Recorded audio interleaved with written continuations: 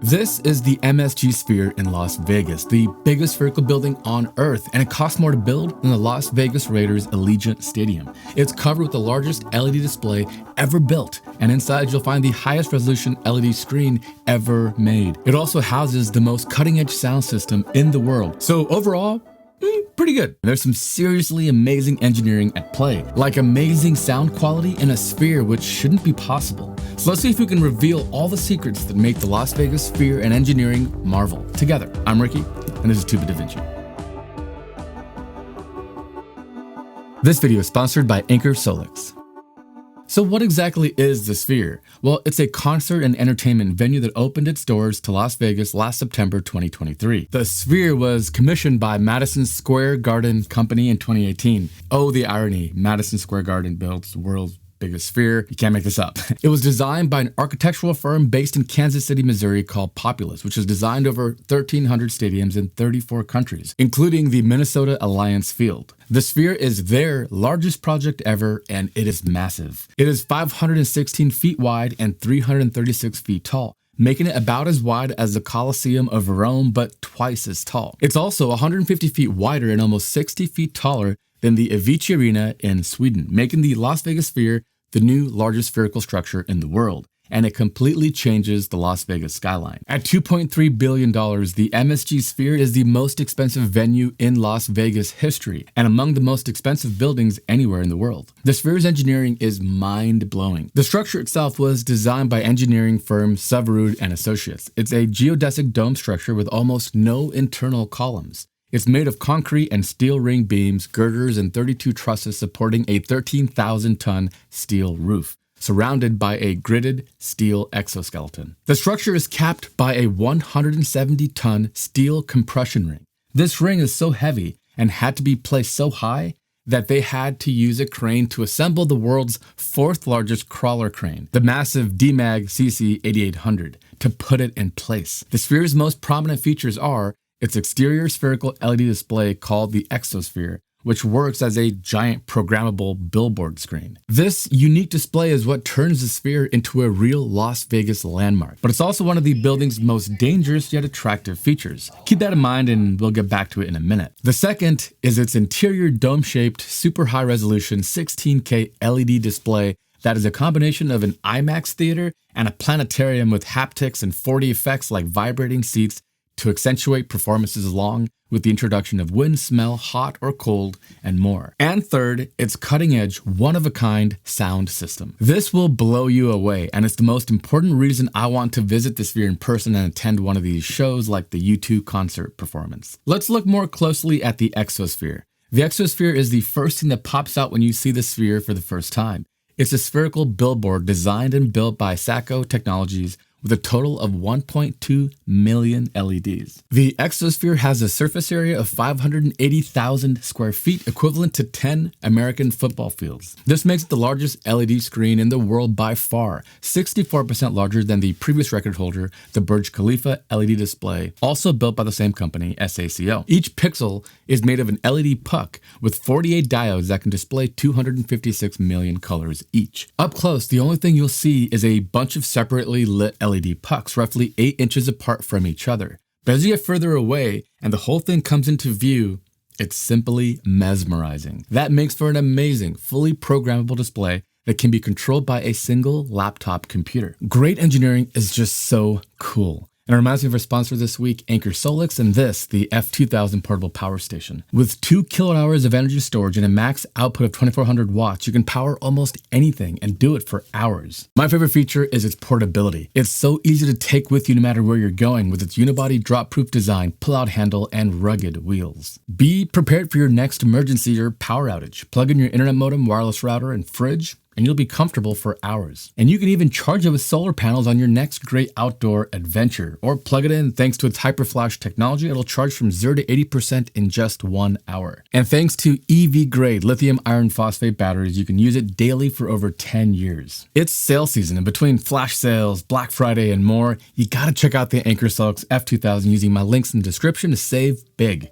Huge thanks to Anchor Solix and you for supporting the show. You can play anything you can possibly dream up on the Sphere. They've put orb-like bodies like baseballs, snow globes, eyeballs, and planets, but there's no limit to what they can display. In fact, part of the Exosphere's function is to display footage of live performances happening inside the Sphere to the outside world in real time, making it the most unique Jumbotron in existence. But the Exosphere is also intended as one of the Sphere's main revenue streams, a billboard to display paid ads on. Here's a fun question for you. If you could hack the Las Vegas Sphere and display whatever you wanted, what would it be? Sound off in the comments below. Also, while you're at it, don't forget to like and subscribe if you're new. We really appreciate it. The Exosphere is also really bright. If we assume each little diode of the puck produced an intensity of 1 candela of light, which is pretty conservative, the entire sphere would produce 56.7 million candelas of light. This is about twice the intensity of the Eiffel Tower's beacon, which is so bright it's visible from 50 miles away, and 4 times the intensity of the Luxor skybeam. It has to be like that because MSG wanted the spherical display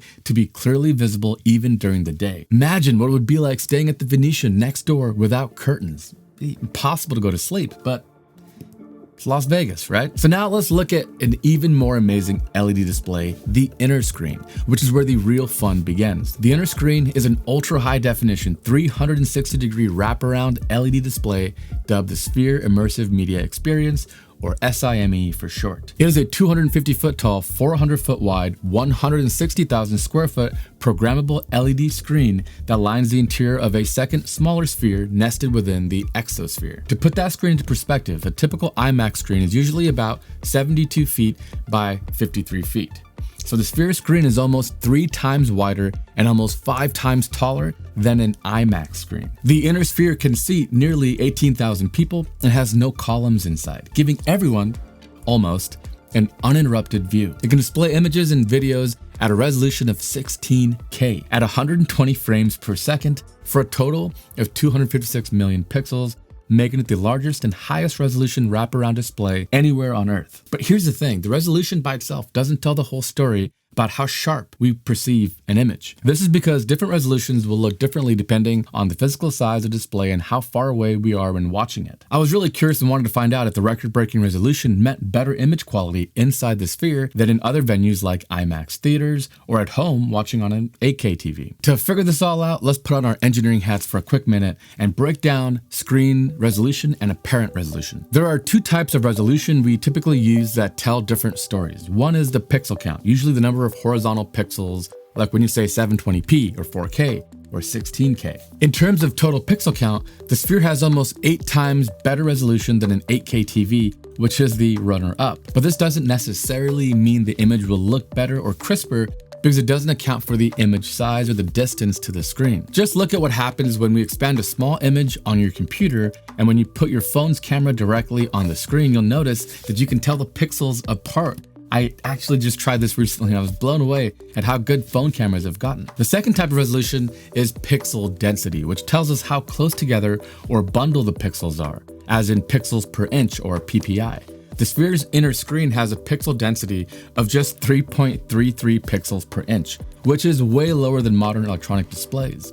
However, this doesn't account for the viewer's distance from the screen because the further we are away, the harder it is to tell the pixels apart. And that's why we need apparent resolution, which is a way of converting the real screen resolution of different displays so we can compare apples to apples.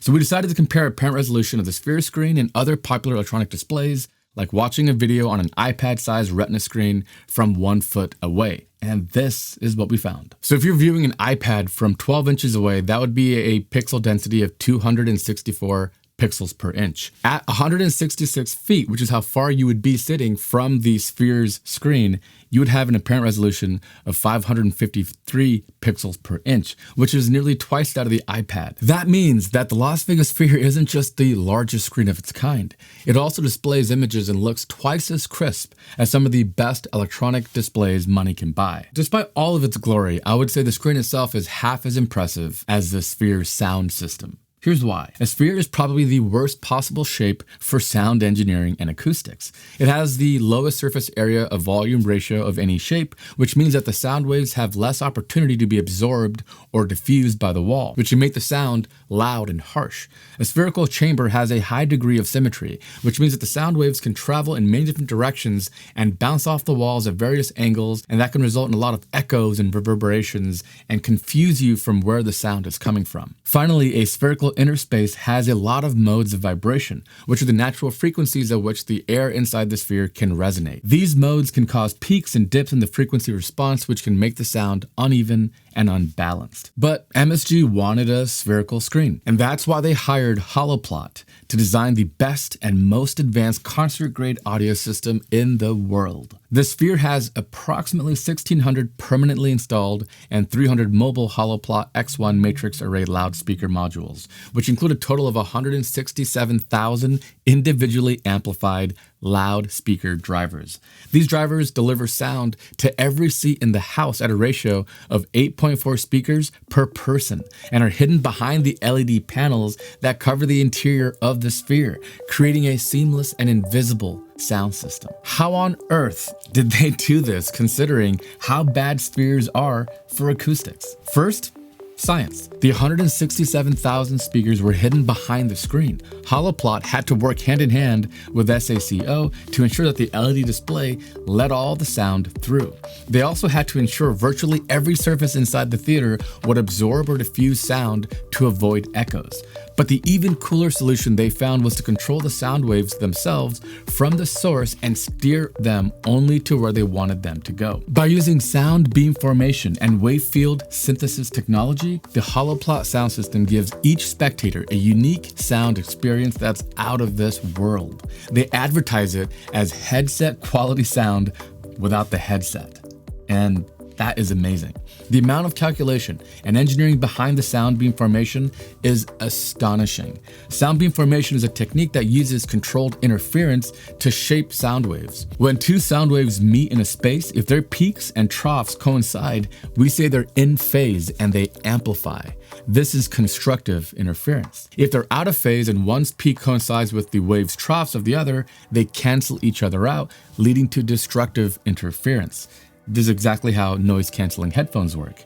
By controlling the phase and amplitude of each of the 167,000 speakers in the array, Holoplot manages to create just the right interference patterns to amplify the sound going in one direction and cancel out the sounds going in all the others.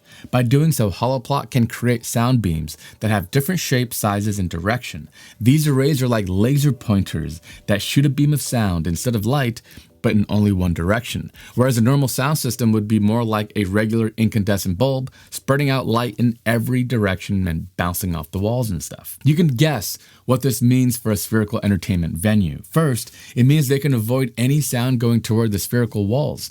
This avoids most of the acoustic problems we talked about before. But it also means they can focus specific sounds at specific parts of the audience and only let you hear those sounds. You could be watching Letters from Earth in English, while the guy 2 feet away is watching it in Spanish or Italian, and you wouldn't even know unless you literally walked over there. The other cool acoustic technology they use is called wave field synthesis, which creates virtual sound sources in real space. At first I thought, oh, this is just a fancy way of saying it's a glorified sound system like the ones we have in our homes in a sound bar, but it's actually not the case. This technique literally synthesizes or recreates the exact sound waves in the exact direction that a source would produce if it were physically there. For example, suppose you're watching a movie and an airplane's flying towards you. Well, that's your sound source. Wave field synthesis can reproduce the sound pressure and the sound velocity that the plane would produce if it was physically there.